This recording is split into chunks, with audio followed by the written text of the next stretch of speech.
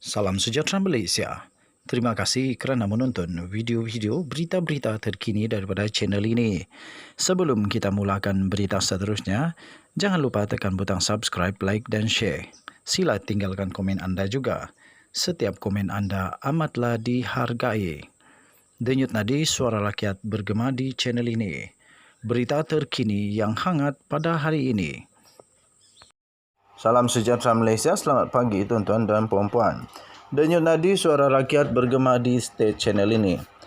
Berita ini dipetik daripada sahbudin.com.net bertarikh 22 Julai 2022. Berita penuh bertajuk, Teruskan Sanggah Najib, sejarah telah membuktikan beliau adalah penakut. Berita penuh. Dalam ucapannya di Kongres Nasional PKR Sabtu lalu, Rafizi Ramli menekankan laporan polis yang dibuat terhadap Najib Razak bukan saja untuk menyanggah pembohongan, propaganda palsu dan mainan sentimen perkauman yang dimainkannya, bahkan juga menganggap bekas Perdana Menteri itu seorang yang penakut. Katanya, kita kena sanggah. Tak boleh biarkan dia bermaharajalela. Tak boleh biarkan Najib syok racun rakyat. Katanya lagi, mulai hari ini semua kita bila balik, kita terus sanggah Najib sehingga kita hantar dia ke penjara. Hari Selasa nanti kita buat laporan polis secara besar-besaran. Tak boleh biarkan dia mainkan isu perkauman. Selepas ini kalau Najib berbohong, kita buat laporan polis demi laporan polis. Sebab saya tahu Najib penakut. Dia sembang kencang selama ini kerana tidak ada orang sanggah dia. Tegas timbalan Presiden PKR itu lagi. Benarkah Najib seorang yang penakut? Seseorang itu kalau dia seorang yang berani, dia pasti lebih berani apabila sedang berkuasa. Malah dengan adanya kuasa juga, seorang yang penakut pun mampu bertukar menjadi berani. Lebih-lebih lagi, jika kuasa yang dimiliki itu ialah sebagai Perdana Menteri yang kekuasaannya tanpa sempadan dan mampu menundukkan ramai orang. Tetapi, adakah Najib seorang yang berani ketika memegang jawatan Perdana Menteri? Dengan kekuasaan dalam tangan sebagai Perdana Menteri ketika itu, tanpa keraguan Najib boleh dianggap seorang yang amat penakut dan langsung tidak berani. Beliau hanya sembang kencang ketika berucap secara sahalah, tetapi tidak pernah berani untuk berdebat, waima berdialog sekalipun. Di dalam parlimen, semua isu yang berkaitan 1MDB dilarang sama sekali untuk dibincangkan kerana beliau takut untuk berhujah. Semua sidang akbar beliau hanya dihadkan kehadiran kepada media pembodek saja. Manakala media yang kritikal dilarang terus untuk menghadiri lantaran takut dengan soalan wartawan. Dinding FB beliau langsung tidak berfungsi, kecuali menyiarkan berita dan gambar program-program yang dihadirinya sahaja. Kenapa demikian? Sebab utama khususnya berkaitan skandal 1MDB. Ialah kerana tingkah laku beliau ketika itu diasak dan disanggah oleh segenap lapisan rakyat daripada pelbagai penjuru. Apa saja kenyataan, ucapan, idea dan cadangannya disanggah sebagai tidak relevan. Malah, asakan rakyat di media sosial berkaitan 1MDB hampir membuatnya terhimpit ke dinding. Dengan sanggahan sedemikian rupa, walau ada kuasa sebagai Perdana Menteri dan dikelilingi puluhan penasihat serta pegawai di PMO, beliau akhirnya jadi penakut dan kecut. Setelah UMNO hilang kuasa dan Najib dijatuhkan yang diikuti pelbagai pergolakan politik muncul kemudiannya, tumpuan kepada beliau beransur-ansur berkurangan. Meski di ketika yang sama, rakyat tidak lupa tentang barang kemas, beg tangan, wang tunai dan pelbagai perhiasan yang dirampas daripada kediamannya, selain kes mahkamahnya yang masih bertali arus. Dalam keadaan kurangnya tumpuan dan sanggahan, itulah Najib mengambil kesempatan mempopularkan dirinya sebagai melalui slogan dan kempen malu apa bosku. Di samping lebih kerap turun bersosial bersama rakyat di kawasan tumpuan ramai dan memperlihatkan seolah-olah dirinya teraniaya. Pokoknya, Najib jadi popular melalui sembang kencangnya selaku Perdana Menteri Facebook. Sejak hilang kuasa, tidak lain adalah kerana sanggahan rakyat terhadapnya tidak lagi sekuat ketika beliau berkuasa, penuh berkuasa. Kini dengan tanpa kuasa dan bakal ke penjara, Najib sebenarnya bukanlah sudah bertukar menjadi berani. Kalau ketika ada kuasa pun beliau penakut, tidak mungkin setelah tiada kuasa seperti sekarang dirinya tiba-tiba berani. Beliau tampak berani dan macam serba tahu dengan pelbagai cadangan dan serta idea. Walau terbukti di mahkamah dianiaya, seseorang yang serba tidak tahu adalah semata-mata kerana tiada sanggahan sekuat dulu terhadapnya. Walaupun kini beliau berani menyaut sabaran daripada berdebat dengan Anwar Ibrahim, ia tidaklah membuktikan beliau benar-benar berani. Ini kerana Najib meletakkan pelbagai syarat dalam debat tersebut, sementara Anwar langsung tidak meletakkan apa-apa syarat. Pemimpin PH kecuali beberapa orang tertentu saja terutama selepas tidak lagi menjadi kerajaan, hampir tidak lagi menyanggah apa yang dilakukan Najib. Hanya kini selepas Rafizi kembali dan menjadi orang nombor 2 dalam PKR, ternampak arus sanggahan terhadap Najib itu dilihat berpotensi bertukar daripada riak-riak kecil pada mulanya kepada ombak yang kian membesar. Rata-rata netizen di media sosial memberi respon yang positif terhadap usaha Rafizi dalam menyanggah Najib itu dan beberapa isu yang beliau bangkitkan sejak kebelakangan ini seolah-olah kejutan kepada rakyat daripada lena yang panjang. Percayalah, Rafizi dengan usahanya melakukan sanggahan terhadap Najib Razak dalam pelbagai isu, bahkan laporan polis besar-besaran berkaitan waris sulu juga sudah dilakukan. Tidak mustahil ombak akan bertukar menjadi gelombang dalam beberapa bulan akan datang. Dan percayalah juga jika sanggahan ketika berkuasa pun mampu menjadikan beliau kecut dan penakut, sanggahan ketika laluan penjara ke penjara semakin terbuka ini pasti lebih mudah lagi membuatkannya dibelenggu oleh rasa takut semula. Dalam hal ini tidak dinafikan ada benarnya apabila Rafizi kata Najib sebagai seorang yang penakut. Yang penting jangan berhenti menyanggah Najib dan semua pembohongan, propaganda palsu serta autanya mesti cepat-cepat disanggah. Ditulis oleh Sahabuddin Hussein 22 Julai 2022.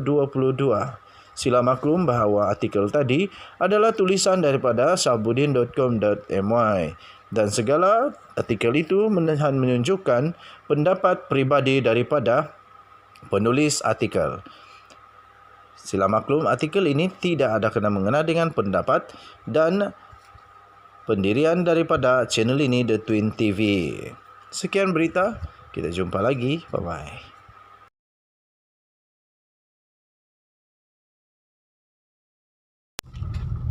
Salam sejahtera Malaysia. Selamat pagi tuan-tuan dan puan-puan yang dihormati sekalian. Denyut nadi suara rakyat bergema di channel ini.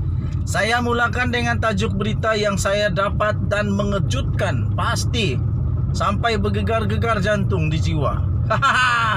Sampai nak pecah ulu hati yo. Kenapa? Berita dia begini tajuknya. Najib mungkin dapat pengampunan penuh jadi PM semula. Wow. Woohoo. Tahniah.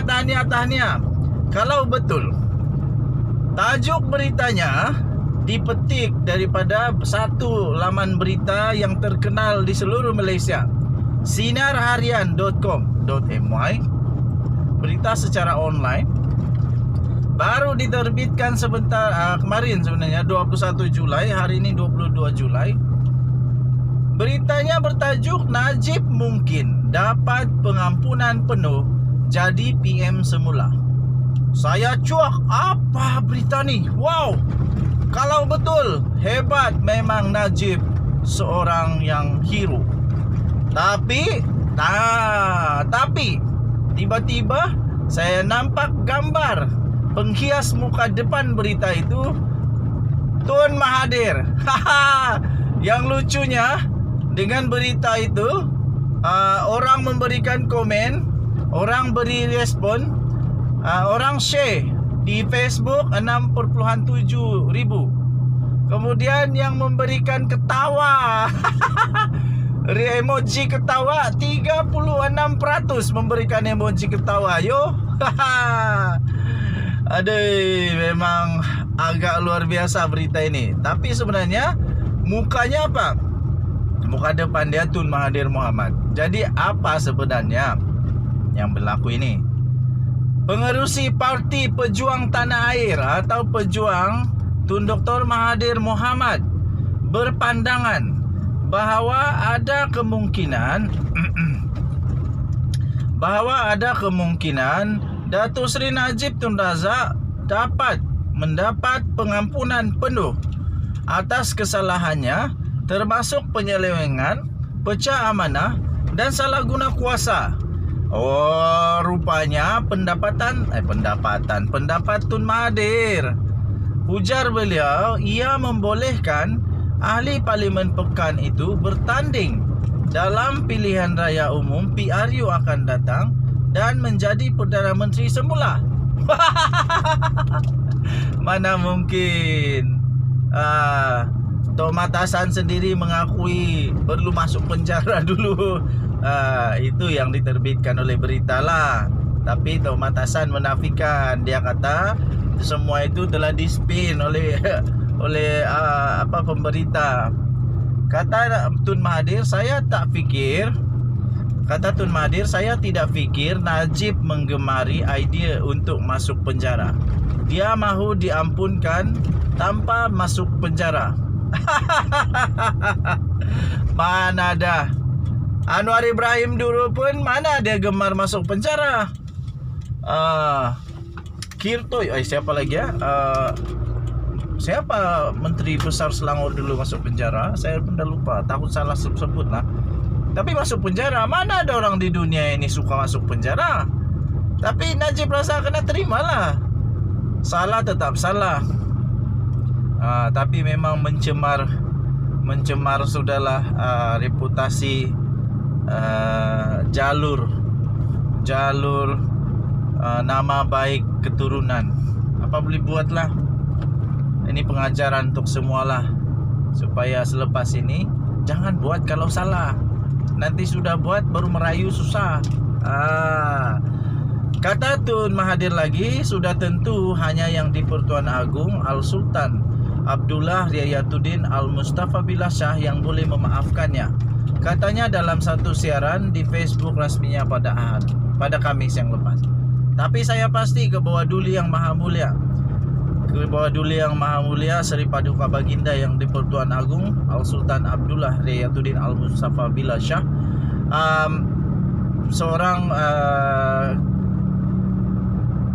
yang di-Pertuan Agong yang bijak. Jadi saya tidak fikir Tun Mahathir betul kali ini. Saya tidak fikir ada relevan kenapa Tun Mahathir kaitkan yang di-Pertuan Agong untuk mengampuni si Najib kalau Najib didapati bersalah. Tidaklah. Yang di-Pertuan Agong lebih bijak daripada Mahathir, saya pasti.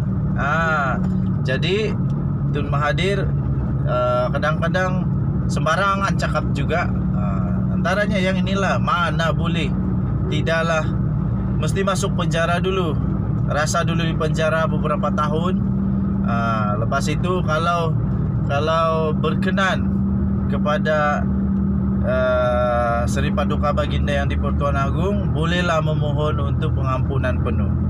Tapi nak jadi Perdana Menteri, minta maaf belum pasti yo. Sebab kalau bertanding pun belum tentu akan diterima. Tapi ada juga yang diterima. Contohnya Anwar Ibrahim walaupun sudah masuk penjara, tapi dia tetap diterima, malah menang besar lagi. Jadi tidak semestinya banduan itu tidak menang kalau pilihan raya. Okey, kemudian ulas daripada ahli Parlimen Langkawi itu lagi, Mahkamah Persekutuan akan mendengar rayuan berhubung perkara berkenaan sebelum keputusan dibuat. Katanya jika dapatan tidak sebulat suara, kemungkinan pengampunan akan diberikan. Ini adalah hasrat orang rasuah yang percaya bahawa kerajaan yang rasuah akan bertolak ansur dengan rasuah mereka. Jadi saya fikir Najib Razak memang betul-betul amat bergantung kepada Hakim Mahkamah Persekutuan kali ini. Tidak tahulah kali ini dia dapat menang atau tidak di Mahkamah rayuan, Mahkamah Persekutuan, maafkan saya. Kerana apa? Dia sudah 4 kali kalah. 4 hakim sudah dia kalah. Hakim Mahkamah Tinggi Kuala Lumpur kalah, 3 Mahkamah Rayuan kalah. Jadi kalah. Okey. Jadi apa pendapat kamu? Betulkah pendapat Tun Mahathir ini? Tun Mahathir ini kadang-kadang dia ya sudah tua kan. Memanglah, saya pun mengakui dia sudah tua. Ini bukan fitnah. Takkan dia masih muda. Ini bukan fitnah. Betul-betul Mahathir sudah tua ini. Mau dekat 100 tahun sudah umur dia. Jadi kadang-kadang mungkin dia terlepas cakap kah, terlepas fikir kah, tapi dia sudah tua lah, itu pasti. Dalam pada itu beliau berkata ramai pengundi yang merasakan bahwa mereka tidak mempunyai alternatif lain dalam memilih pemimpin, memandangkan semua ahli politik adalah korup. Mahathir. Kalau kau cakap macam itu termasuk diri kau ke? Aduh. Kalau kau bilang semua, maksudnya diri kau pun samalah tuh. Katanya. Walaupun begitu, terakhir kenyataan itu inilah dia kabur diri dia kot. Nasib baik perkara itu tidak begitu benar. Terdapat ahli politik yang tidak rasuah, cintakan negara mereka dan mahu Malaysia sekali lagi menjadi harimau Asia. Oh, mungkin itu maksud dia diri dia lah tuh. Mungkin maksud itu diri dia bahwa Mahathir tidak pernah rasuah. Denyut nadi suara rakyat bergema di channel ini. Kita jumpa lagi. Bye bye.